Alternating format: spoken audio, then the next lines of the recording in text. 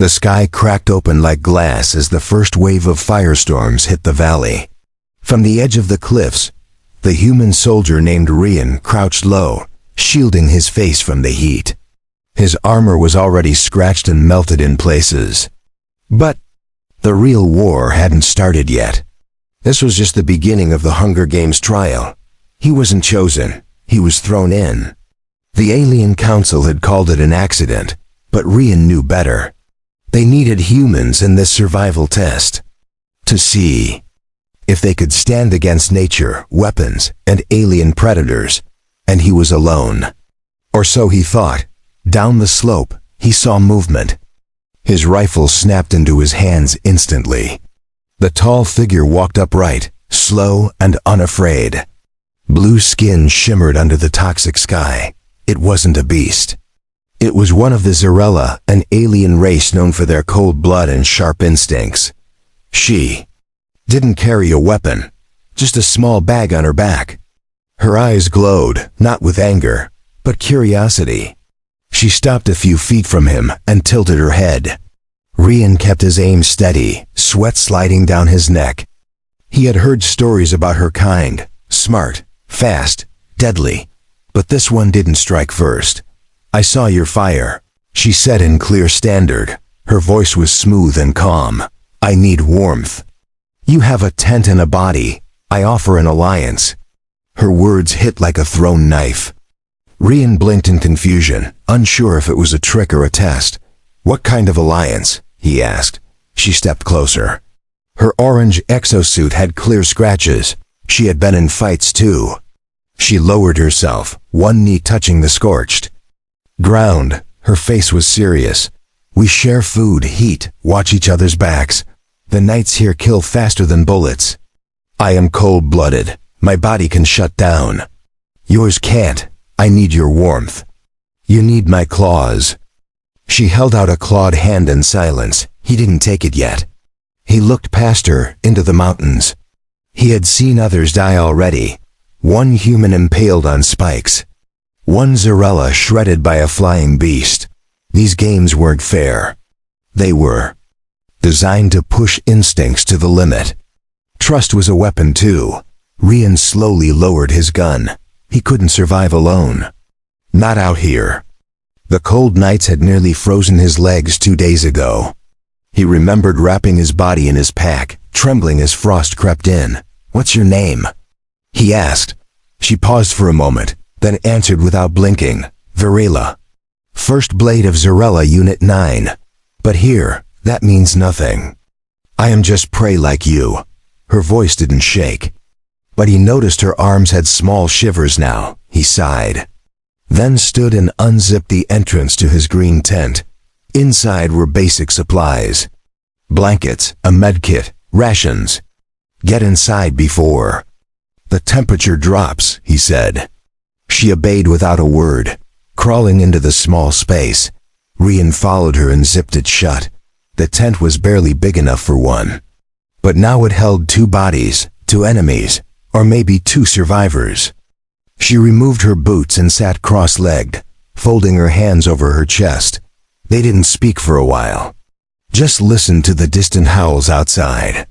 Something was circling, watching, waiting for weakness. Rian handed her a blanket. She didn't take it. Instead, she slid closer. Her skin felt like chilled glass against his arm. "I wasn't lying," she whispered. "Your heat keeps my heart steady. It's not affection. It's biology." Rian nodded. But deep down, something else stirred. Not attraction, not yet. But the first flicker of understanding. He had no idea how long this strange alliance would last, but as the night fell like a black curtain outside, he knew one thing for sure. He wasn't alone anymore. Asterisk morning light crawled across the sky like slow fire. Inside the tent, the air was warm from shared breath and body heat. Rian opened his eyes and saw her still sitting, unmoving, eyes closed but not asleep. Betrayal had not taken her eyes off the entrance all night. "You didn't sleep," Rian sighed, rubbing his face with his hand. She shook her head gently and uncurled her legs. My kind doesn't rest during danger. I listened. 2 beasts circled the camp. One tried to test the shield you set around the rocks. It got burned and left. The other is still close. We need to move soon, she said. Rian pulled on his boots and checked his rifle. No bullets had been fired. But that didn't make him feel better. Hunger scratched at his stomach like claws. He handed Virela a half-protein bar. She took it carefully and sniffed it before taking a bite. This is dry, she muttered with a straight face. Tastes like plastic. Rian gave a dry chuckle. It is plastic. Government issue. It's meant to keep you alive, not happy, he replied. They finished their small meal and stepped out into the cold, gray light of the second trial day. The valley had changed overnight. The safe paths were now flooded with acid mist. The mountain trail above them was the only visible route forward. But Rian knew what that meant. They were being funneled. Someone's guiding this, he muttered. They want us to climb. To get exposed. Virela crouched near a rock and touched the soil with her claw. Her glowing eyes narrowed. There are footprints. 2 humans. One Zarella. They passed here at dawn. And they were running, she said. She stood and looked toward the ridge.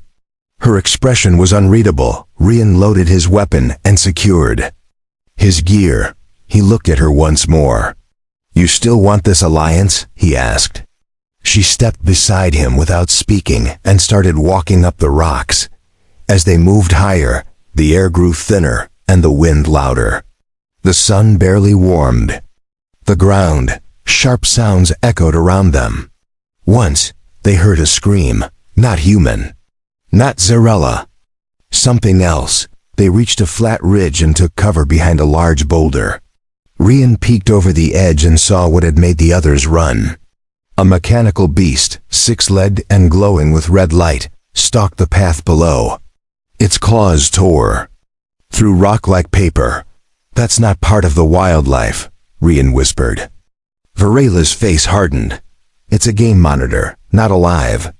Created by the architects of this trial. It hunts those who break the rules or delay the climb. If it sees us, we'll have to fight or run, she said. Why didn't it chase the others? He asked. She pointed toward the slope where a broken drone hovered in silence. Because someone hacked the monitor's path. They're setting traps ahead, she added. The sound of metal slamming into rock snapped their heads around. The beast was climbing faster now. It had picked up movement, maybe sound. Virela grabbed his arm. No time. We move now, she said. They sprinted across the ridge, boots skidding on the loose gravel. Behind them, the mechanical monster shrieked and gave chase. Rian jumped over a broken log and slid behind a fallen tree. Virela landed beside him, panting but focused. She scanned their surroundings and spotted a hollow beneath the roots. They dove in together, pressed close as the creature passed overhead. The ground trembled with each step of the machine. Rian held his breath. So did Virela. Her hand gripped his shirt tightly. The moment passed. Silence returned. They didn't move for a long time. When they crawled out again, the beast was gone. Virela brushed the dirt from her suit and looked at him. We move during shade, rest during sun. Keep our scent low. Use your warmth to keep me alive. I'll use my senses to keep you alive. We are not a team. We are one, she said. Rian gave her a slow nod. For the first time since landing in this cursed place, he didn't feel like prey. He felt like a survivor. The mountain still rose before them like a giant's wall. But now they faced it together, side by side. The sun climbed higher, burning through the thin clouds above the mountain path. Rian's armor grew hot under the rays, and sweat soaked through his shirt. Virela didn't complain, but her skin had turned a shade duller. Her breathing was slow, controlled, but she was struggling to stay steady. They moved in silence, following the sound of a distant waterfall. Rian had spotted the shimmer of water down a rocky slope. If they didn't rehydrate soon, Their journey would end in exhaustion instead of battle. When they reached the stream, Rian knelt and filled his flask. The water smelled clean. He took a sip, then passed it to Varela. She drank with small, careful gulps, her eyes scanning the trees on the far side. "You think someone's there?" Rian asked. She nodded once. "There's movement. Too slow for an animal. Might be another player. Might be bait," she said. She stood and handed back the flask. Rian unslung his rifle and aimed toward the trees. He didn't fire. Not yet. They circled wide and climbed a hill to gain sight from above. What they found wasn't a player. It was a trap. A shredded tent lay on the ground, soaked in blood. Around it were 3 broken drones, blinking with faint lights. Something had gone wrong here. Very wrong. Whoever stayed here didn't last long, Rian whispered. They set up camp, got found, got torn apart. He crouched and picked up a cracked helmet. The human symbol was still visible. Varela sniffed the air and turned quickly. "Back," she warned. "We're not alone." At that moment, a blur of red and silver leaped from the bushes. Rian fired twice, hitting the creature in the chest. It crashed into the dirt, screeching, and rolled down the slope. The thing looked like a cross between a lizard and a machine. Its body was part flesh, part metal. Wires spilled from its open chest, and it twitched violently before going still. "Hybrid predator," Varela said, her claws extended. "They released them on day 3, to reduce the numbers faster. You killed it, but there will be more." She looked at the trees again. "We have to move uphill before dark," she added. Rian grabbed what supplies he could from the ruined camp, a flare, some batteries, and a thermal sheet. Then they climbed, their boots scraping against loose stones. The path narrowed and turned sharp. Wind blew dust in their faces. The terrain was harsh. Jagged rocks forced them to move slow. Once, Rian slipped and almost fell, but Varela caught his arm and pulled him back. Her grip was strong, unshaken. As they reached a ledge, they paused. Below them was a clearing. Smoke rose from a fire. Someone else had made it this far. A group, maybe 2 or 3. Varela crouched low and studied the scene. 2 humans, one of my kind. They're armed. One of them is injured, she said. We could approach. Or avoid them, she added. Rian thought. For a moment. Then he shook his head. No one helps for free here. We avoid them. Keep moving. If they saw us, they'd try to use us. He looked at her. We survive alone. Together. She gave him a nod and followed. The sky began to turn orange. Night would fall soon. Rian found a small cave in the cliffside. It wasn't deep, but it offered cover. They crawled inside, laid out the thermal sheet, and blocked the entrance with branches. Inside the cave, the air was cold. Rian sat with his back to the wall. Varela sat beside him, her body already trembling. She leaned against him again, without a word. He placed the blanket over both of them. Their breathing slowed. The silence stretched, heavy but calm. You said we're one, Rian whispered. Does that mean you trust me? She didn't open her eyes, but her voice was firm. I do. For now, trust is earned each day. Lose it once, and the cold will kill us both, she said. Rian nodded, his fingers resting near his weapon. He knew she could kill him in seconds if she wanted. But she didn't, and so the human and the alien drifted into sleep under a sky full of stars. Together, in the quiet between the chaos, Rian woke to the sound of cracking branches. He opened his eyes quickly, heart pounding. Varela was already awake, her clawed hand raised and still. Her body was tense and low to the ground. She pointed toward the mouth of the cave. Something moved outside. Heavy footsteps. Slow breathing. The crackle of leaves. Rian reached for his rifle quietly. His hand wrapped around the grip, finger off the trigger. Varila's other hand was already on the cave floor, steadying herself. Then a shadow passed, broad shoulders, a long weapon. It was a humanoid figure, but not one they knew. The creature stopped near their hiding spot and sniffed the air. Rian didn't move. Neither did she. The thing grunted and walked on. Its footsteps faded into the distance. Only then did they breathe again. Virela leaned back and pressed her forehead to the wall. "That was a kever," she whispered. "Mercenary species. They enter games for sport. Paid killers. If he had found us, he wouldn't have asked questions."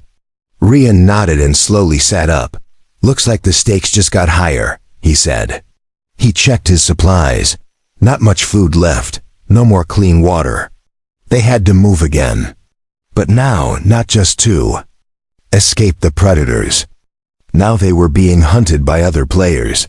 They moved quickly through the forest, using the trees as cover. Virela climbed the rocks like she belonged there. Rian followed, his movements less graceful but just as focused. Each sound made them stop and listen. Midday brought more heat. Virela started to slow down again. Her breathing turned shallow. Rian noticed and signaled for a break. They crouched under thick branches surrounded by green light. "I can keep going," she said. Her voice was rough. Her skin had lost more of its glow. Rian opened his pack and handed her the last energy capsule. "Save your pride. Take this," he said. She stared at the capsule, then took it and bit down hard. The energy surged through her, and her body relaxed slightly. They kept moving until they reached the top of a high ridge. From there, they saw the final area. A large circular platform surrounded by broken machines, shields, and glowing towers. The end of the game was near. "That's the final trial zone," Virela said. "We reach it, we stand a chance. But so do others." As they watched, a sudden explosion lit up one side of the field. Smoke rose fast, followed by screams. A squad of armed players fought another group. Rian couldn't see the faces, but the weapons were clear. Everyone was desperate. Now there were no rules left. Only survival. They waited until dark before moving again. Each step was cautious, every breath quiet. When they reached the outer ring of the final zone, Rian placed his hand on Virela's arm. "If we make it in there, what happens next?" he asked. She looked at him, her eyes softer than before. "We win, or we die. That's how the Hunger Games end. No rescue. No prize, just a chance to keep breathing," she said. He nodded and checked his rifle. A sudden voice rang out behind them. "Drop the weapon, human." Rian turned slowly. The Kever mercenary stood 10 feet away, gun aimed at his chest. His armor was dented, but his grip was steady, Virela growled.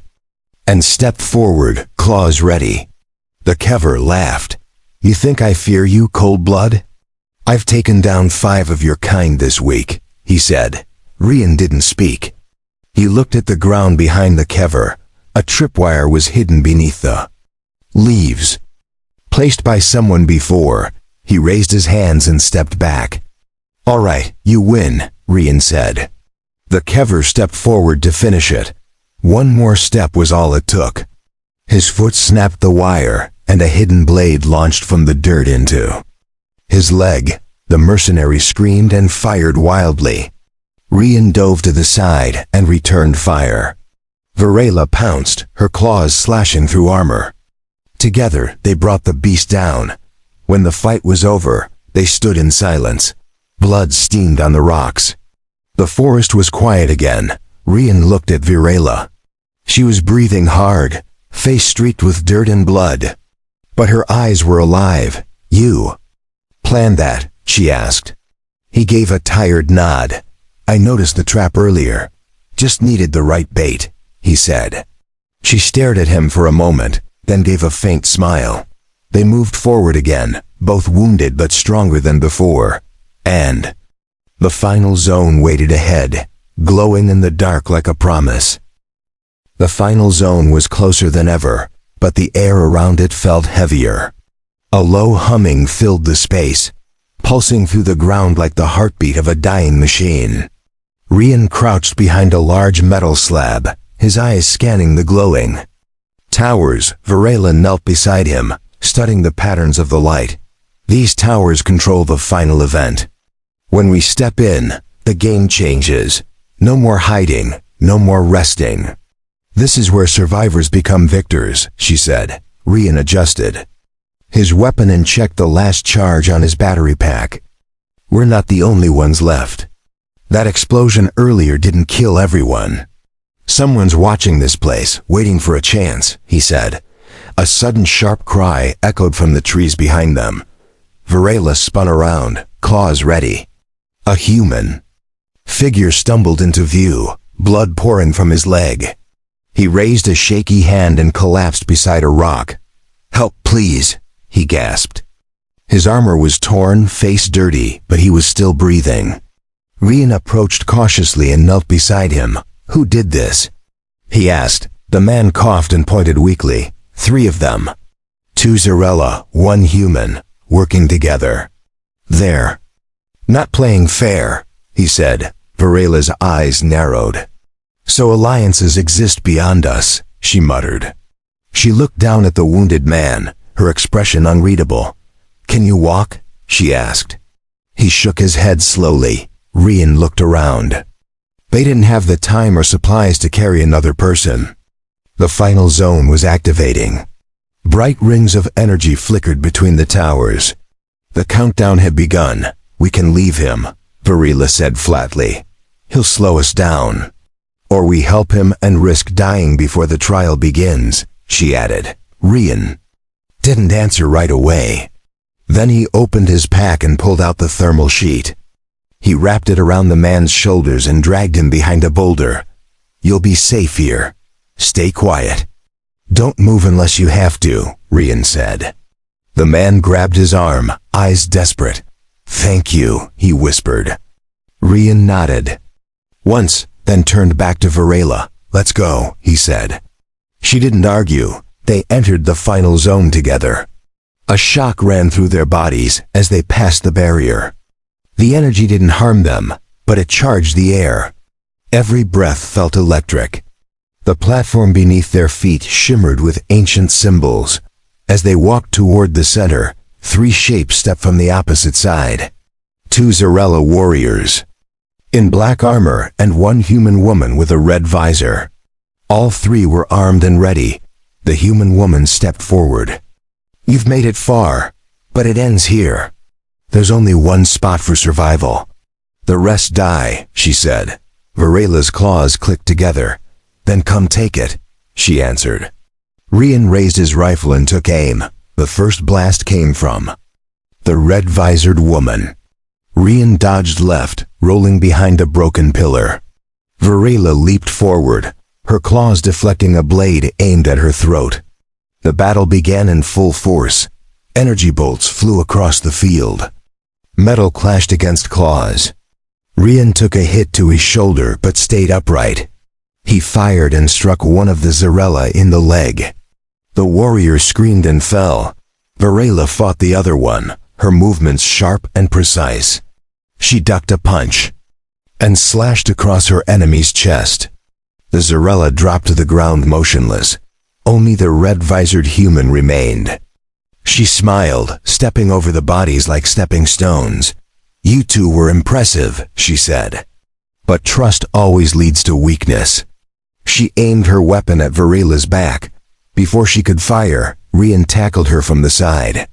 They rolled across the platform, weapons slipping from their hands. She punched hard, knocking Rian back. He landed near the edge, gasping. Varela charged in and struck with her full weight. The woman stumbled and fell to her knees. Rian grabbed his blade and threw it. It sank deep into her shoulder. She collapsed without another word. Silence returned to the field. The towers stopped glowing. The energy faded. A new sound replaced the hum, a low chime, followed by a voice from the sky. "Trial complete. Survivors. 2. Congratulations. the voice said. Varela looked at Rian, chest rising and falling fast. Blood ran down her arm, but she smiled faintly. We made it, she said. Rian sat on the ground, breathing hard. He nodded, his voice quiet. Yeah, together, he said. Asterisk, the ground beneath them stopped shaking. The platform dimmed to a soft blue light. Around them, the broken machines fell still. Smoke drifted in the distance, but no more enemies came. Forward, the game had ended. A large drone descended from the sky. It hovered silently above the center of the arena. Lights scanned over Rian and Varela. Then the voice returned, mechanical and flat. Survivors verified. Transport arriving. Prepare for extraction, it said. The drone rose again, vanishing into the clouds. Rian sat back on the cold metal floor. His arm throbbed where he had been. Struck, but the bleeding had stopped. Across from him, Varela remained standing. Her eyes scanned the battlefield one last time. You think it's really over? He asked. She didn't answer immediately. Then she slowly lowered herself to the ground beside him, for now. But survival doesn't end when the trial does. It just changes shape, she said. Her voice was calm, but her body showed signs of deep strain. The cold, the blood loss, the exhaustion, everything weighed heavy now. Rian reached into his pack and pulled out the last water tube. He offered it to her first. She accepted it without a word and drank slowly. Her fingers trembled as she passed it back to him.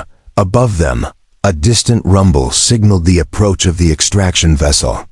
A massive ship emerged through the clouds, casting a wide shadow across the zone. Ropes and harnesses dropped from its underside. Rian stood and helped Varela to her feet. She leaned against him for balance, her breathing shallow but steady. Together, they approached the lift points. The ground beneath them flickered, scanning once more. Survivors confirmed. Initiating lift, the system said.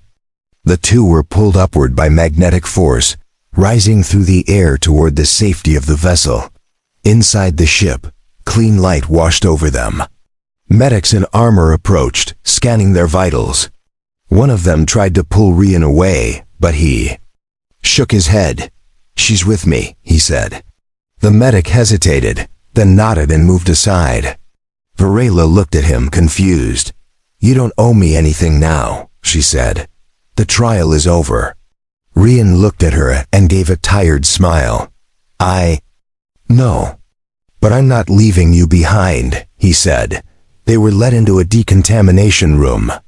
Showers sprayed down mist that cleaned the blood and dirt from their skin.